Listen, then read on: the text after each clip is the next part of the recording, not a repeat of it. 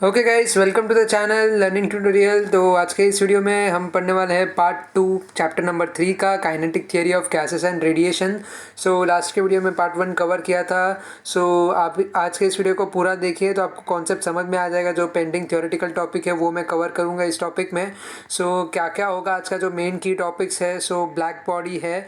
So perfect black body क्या होता है, काइनेटिक थ्योरी के बारे में देखेंगे, विन्स लॉ के बारे में देखेंगे और एमिशन एंड रेडिएशन के बारे में देखेंगे हम लोग। सो ज़्यादा कोई कॉम्प्लिकेटेड नहीं है, ये जो है आज के इस वीडियो में समझ लीजिए ना, कुछ थ्योरेटिकल टॉपिक ही है।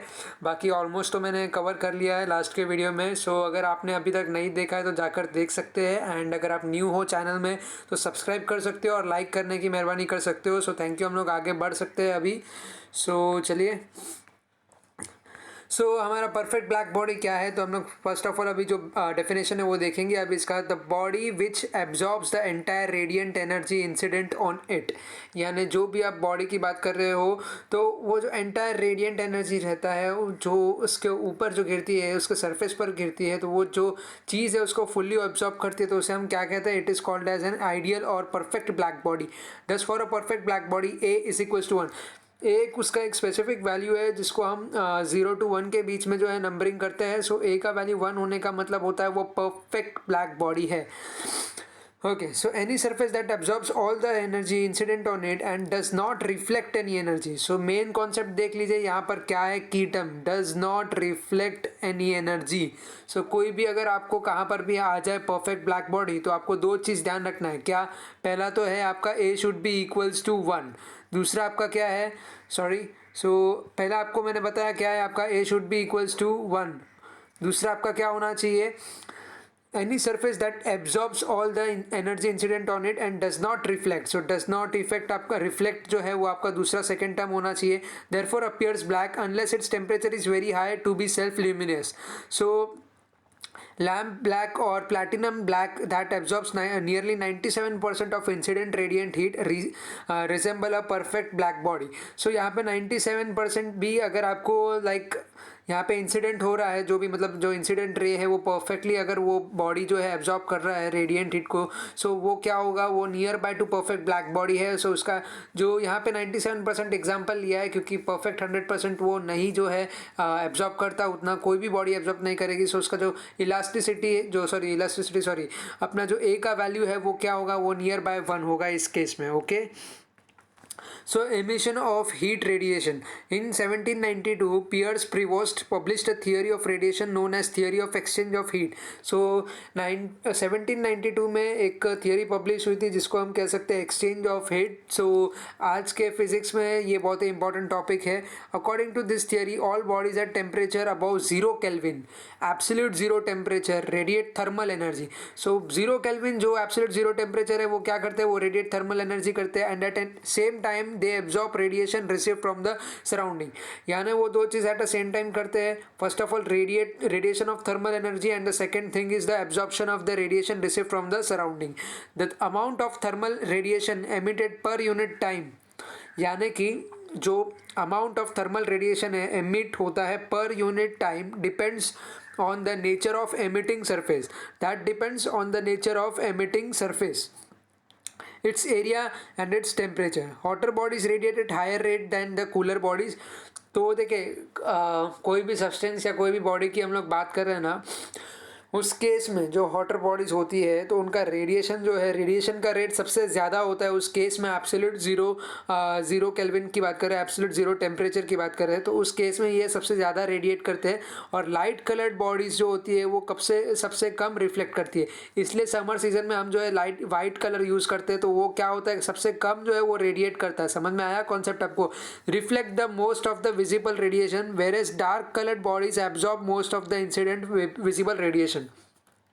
अगर आप समर के सीजन में ब्लैक शर्ट या टी शर्ट पहनते हो तो क्या होता है, वहाँ पे रेडिएशन आपका बॉडी जो है उस जो रेज है, जो रेज के एमिशन होते हैं वो आपके सिंपली जो है वो जो कलर जो है वो उस चीज़ को एमिट करता है, यानी जो उसका रेडिएशन जो है वो बहुत ज़्यादा होता है। तो एब्जॉर्ब करने का जो एमिशन है, एमिशन ऑफ रेज, वो बहुत ज़्यादा होता है। तो इसलिए कहते हैं कि जो समर सीजन है उसमें ब्लैक नहीं पहनना चाहिए, बल्कि लाइट कलर यानी कि वाइट आप पहन सकते हो। तो वो क्या करता है, वो रिफ्लेक्ट होता है। सो लाइट कलर क्या करता है, जो आपके ऊपर रेज आ रही है उसको सिंपली वो रिफ्लेक्ट बैक करता है। Okay, So amount of heat radiated by a body depends on, so amount of heat radiated by body किस चीज़ पर डिपेंड करता है? तो पहला है the absolute temperature of body T. तो देखो ये पॉइंट तो मिस करना ही मत बिल्कुल भी, क्योंकि यहाँ पे जो सीन है एब्सोल्यूट टेम्परेचर का है, यानी 0 केल्विन का है। सो फर्स्ट पॉइंट है आपका absolute temperature of body, the nature of the body, the material nature of surface, polished और not, surface area of the body, time duration of for which body emits the radiation. तो पहला आप समझ सकते हो temperature है, उसके बाद जो है सरफेस है, वेदर वो पॉलिश है, मैट है या कैसा है जो भी है, उसके बाद आप देख सकते हो सरफेस एरिया कितना ज़्यादा है या कम है, उस पर भी डिपेंड करता है। टाइम ड्यूरेशन जो है, ये 4 मेन फैक्टर आपको याद करना है। पहला टेम्परेचर है, दूसरा आपका जो है मटेरियल है, तीसरा आपका जो है एरिया है, और चौथा आपका जो है रेडिएशन है। तो ये 4 चीज़ यानी ये 4 फैक्टर्स पे आपका क्या डिपेंड करता है? Emission of heat radiation. So I hope आपको ये अच्छे से क्लियर हो गया होगा। हम लोग आगे बढ़ सकते हैं अभी। सो कोएफिशिएंट ऑफ एमिशन और एमिसिविटी। सो एमिशन कोएफिशिएंट है उसका, सॉरी, तो उस चीज़ का कोएफिशिएंट हम लोग कैसे कैलकुलेट करते हैं? द कोएफिशिएंट ऑफ एमिशन और emissivity E of a given surface is the ratio of emissive power R of the surface to the emissive power RB of the perfect black surface। यानी simple भाषा में कहे तो surface का जो power of are होता है, ratio जिस चीज़ का होता है सरफेस का, उसके डिनोमिनेटर में आपका क्या जाएगा यहाँ पर? परफेक्ट ब्लैक बॉडी सरफेस, तो R upon R B. So यहाँ पे for perfect black body E is equals to 1 होता है, वेरेस आपका for a perfect reflector E is equals to 0 होता है। सो रिफ्लेक्टर का क्या होता है? आपका 0 होता है, और ब्लैक बॉडी का आपका क्या होता है? ई इज इक्वल्स टू 1 होता है। तो ये टर्म आपको याद रखना है। अगला है Kirchhoff law of heat radiation and theoretical proof. So Kirchhoff law of thermal radiation deals with wavelength specific radiative emission and absorption by a body in thermal equilibrium. So thermal equilibrium यानी आप समझ सकते हो एक steady state होना, यानी कि एकदम फ्री स्टेट आप समझ सकते हो उसको।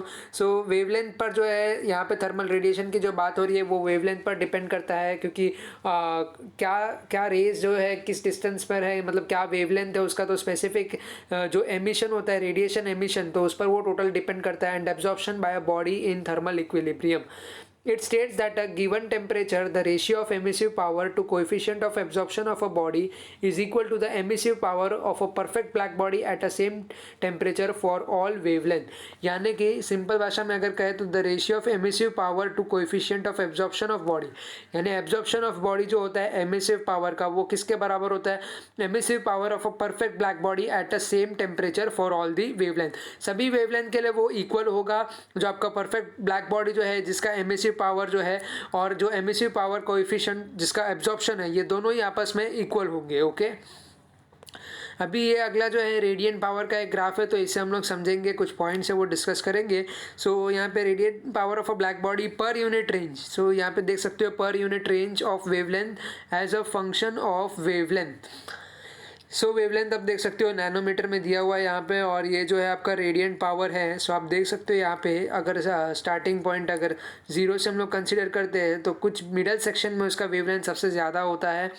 सो रेडिएंट पावर उसका सबसे हाई होता है। इस केस में देख सकते हो फर्स्ट वन जो है 5500 केल्विन पर है। उसके बाद जैसे जैसे बढ़ते जाता है उस तरीके से आप देख सकते हो ग्राफ का जो शेप है वो डोम होते जा रहा है, डोम, समझ रहे हो आप?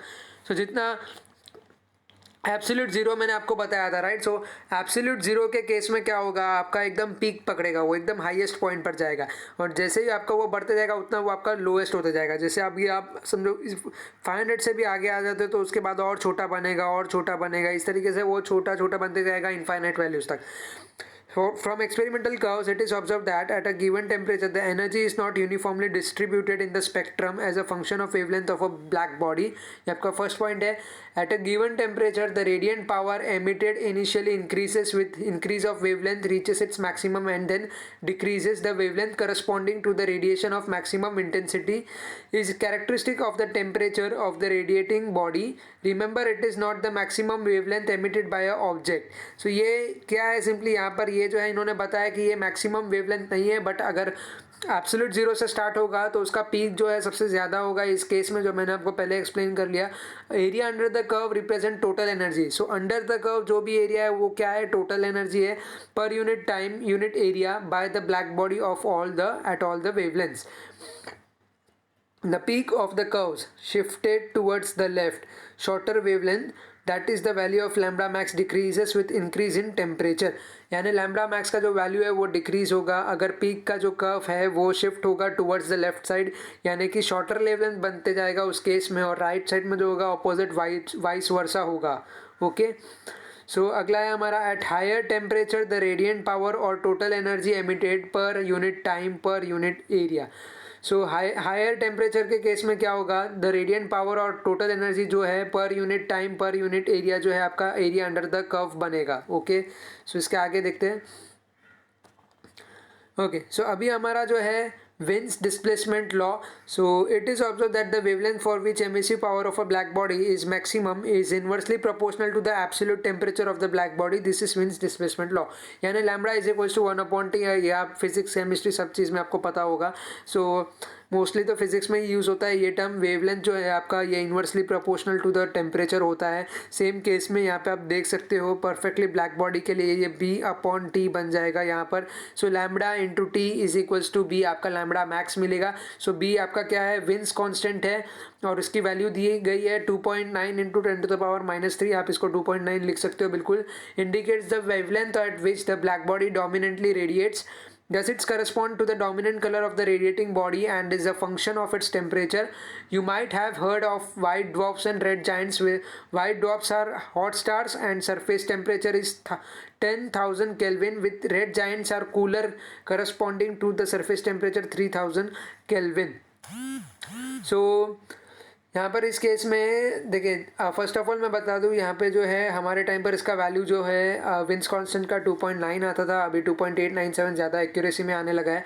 Indicates the wavelength which is the with the black body और डोमिनेटली रेडिएट्स। सो ये कोएफिशिएंट किस चीज़ का है, ब्लैक बॉडी का जो वेवलेंथ है, वेवलेंथ जिसका है उतना रेडिएशन का कॉन्स्टेंट है ये। सो it corresponds to the dominant color of the radiating body and is a function of its temperature. This law is useful to determine the temperature of distant stars, sun and moon. So इस case में इस case में ये चीज़ क्यों use होता है वो मैं आपको बताता हूँ। ये लॉ यूज़ होता है क्योंकि अगर आपको डिस्टेंस से किसी लॉन्ग डिस्टेंस से अगर किसी का टेम्परेचर मेजर करना हो तो उसके वेवलेंथ के थ्रू आप पता लगा सकते हो। देखो कैसा होता है कि अगर आप अर्थ से किसी और प्लैनेट का, जैसे जुपिटर हो गया या जो भी सोलर सिस्टम में प्लैनेट है, या किसी स्टार्स का आपको टेम्परेचर जो है अगर मतलब मेजर करना होगा कितना है करके, सो आप कैसे करोगे, ये वेवलेंथ के थ्रू आपको पता चल सकता है। सो दैट्स वाई यहाँ पे इन्होंने मेंशन किया हुआ है lambda max is inversely proportional to 1/T, यानी आपका टेम्परेचर है। सो ये लॉ यूजफुल है डिटरमाइन करने में किस चीज़ के लिए, temperature from a distant star, sun and moon etcetera. अगला है हमारा Stefan Boltzmann law of radiation. Okay, so यहाँ पर 1879 में जोसेफ स्टीफन, इन्होंने एम्पेरिकल रिलेशन बताया था between rate at which heat is radiated from unit area of a perfect black body and its temperature T based on experimental observation. उसके 5 साल बाद Boltzmann को ये बात हजम नहीं हुई तो उन्होंने डिराइव किया कि रिलेशन यूजिंग थर्मोडाइनमिक्स उन्होंने बताया। तो ये चीज़ को उसके बाद से क्या जानने लगे, मतलब स्टीफन बोल्ट्जमैन लॉ बन गया वो। According to this law the rate of emission of radiant energy, the rate of emit, जितना वो एमिट करता है of radiant energy per unit area और the power radiated per unit area of a perfect black body is directly proportional to the 4th power of its absolute temperature. यानी इन्होंने क्या बताया, absolute temperature का 4th power, यानी ये R is directly proportional to T to the power 4, यानी T⁴। सो आप जब भी ये प्रोपोर्शनल के साइन को हटाओगे तो इक्वल टू एक कांस्टेंट सिग्मा ऐसे डिनोट किया है। तो सिग्मा का एक स्पेसिफिक वैल्यू है 5.67 इंटू 10⁻⁻8 है। तो डायमेंशन इसका क्या दिया गया है, L0 m1 T⁻³ and K⁻⁻4. Thus the power radiated by a perfect black body depends only on its temperature. Black body किस पर डिपेंड करता है, टेम्परेचर पे।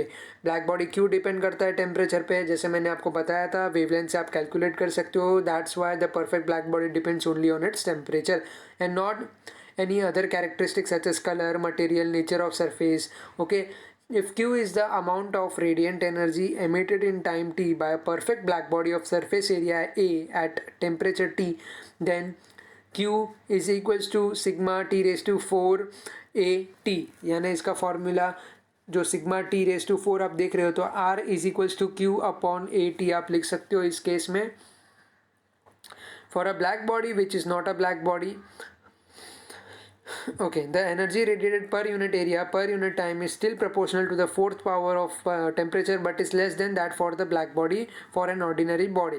So उस केस में भी आपका जो है ये सेम होगा फॉर्मूला, बट वैल्यू से थोड़ा सा कम होगा. इन्होंने यहाँ पर वैल्यू कितना मतलब किस चीज़ से वो डिफरेंस होगा वो डिटरमाइन नहीं किया है, बट ये ऑलमोस्ट सेम होगा. Where E is the emissivity of the surface. तो ई आपका क्या है, एमिसिविटी है, यानी कितना वो एमिट करता है, emissivity of a surface. Okay, so guys आज के लिए बस इतना ही. अगर वीडियोस आपको पसंद आई हुई होगी तो प्लीज़ लाइक करें, शेयर करें एंड सब्सक्राइब करें. और प्लीज़ यार, ज्ञान बांटने से ज्ञान बढ़ता है, तो इतना तो आप लोग कर ही सकते हो. और अगर कुछ भी नहीं समझ में आया हो तो कमेंट सेक्शन में पूछ सकते हो. मैं उस चीज़ के लिए स्पेसिफिक वीडियो बनाने के लिए तैयार हूँ. आपका कोई डिमांड है, किसी टॉपिक पर वीडियो लेना है, तो बिल्कुल आप बता सकते हो.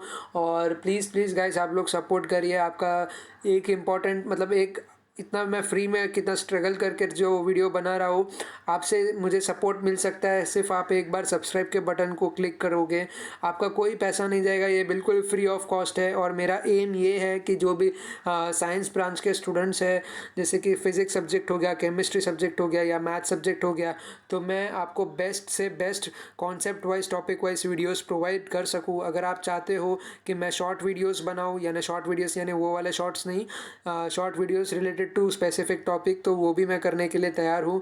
खाली आप लोगों का मुझे सपोर्ट चाहिए. तो महाराष्ट्र बोर्ड के स्टूडेंट हैं और मेरे पास बहुत कुछ है आपको सिखाने के लिए. लाइक अगर न्यूमेरिकल कॉन्सेप्ट पे भी आपको वीडियोस चाहिए तो वो भी मैं सिखा सकता हूँ. IIT JEE मेन के कॉन्सेप्ट पर चाहिए तो वो भी मैं करने के लिए तैयार हूँ. बस आप लोग सपोर्ट करें. सो ठीक है फ्रेंड्स, आज के वीडियो में बस इतना ही. अगर वीडियो पसंद आया तो लाइक शेयर सब्सक्राइब कर सकते हैं. So thank you and bye bye.